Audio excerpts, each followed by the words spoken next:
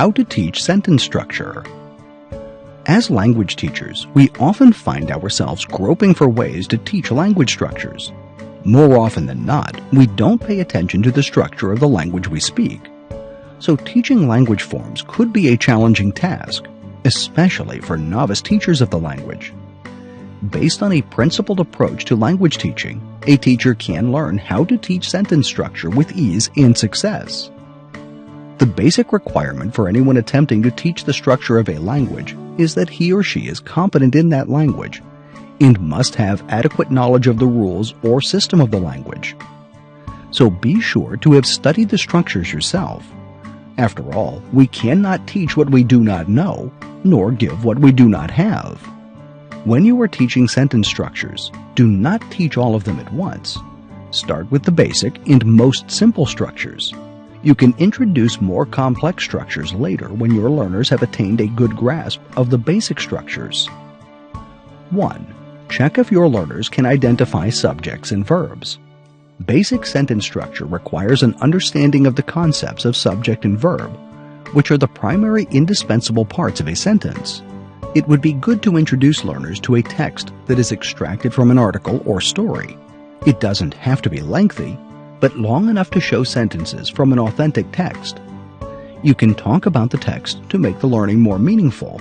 Then you may proceed to ask learners who is being talked about in each sentence. Explain what subjects do in sentences.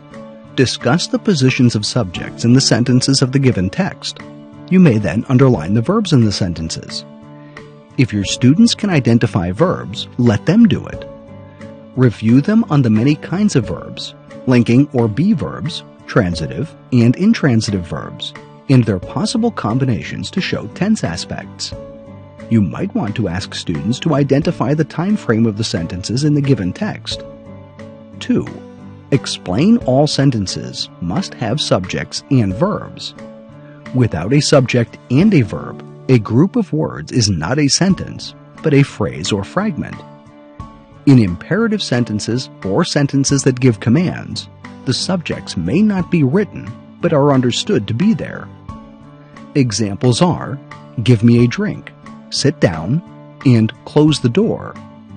The verbs give, sit, and close begin the sentence, and the subject, you, is implied. Also, tell learners that sentences may be inverted in that the subjects may be positioned after the verbs. This is the case in sentences that begin with there or with an adverbial phrase. Whatever is the position of the subject in the sentence, the verb agrees with the subject in number. 3. Introduce the following basic sentence patterns. Subject linking verb complement. Subject linking verb predicate noun. Subject transitive verb direct object, and subject transitive verb indirect object direct object. 4. Look for several texts from authentic materials. Make sure that the texts show examples of each sentence structure. Again, you may want to discuss the text to make the learning more meaningful before drawing students' attention to the sentence structures. Explain that objects, direct or indirect, are nouns or pronouns which come after transitive verbs, verbs that need an object to complete their meaning. Give them an example and show how the objects answer the question, what kind, or which one of the verb. Let students identify the basic sentence structures in the text. Explain how words are strung together to make up sentences of different structures and patterns. The rest of the structures in sentences may be introduced in the succeeding lesson.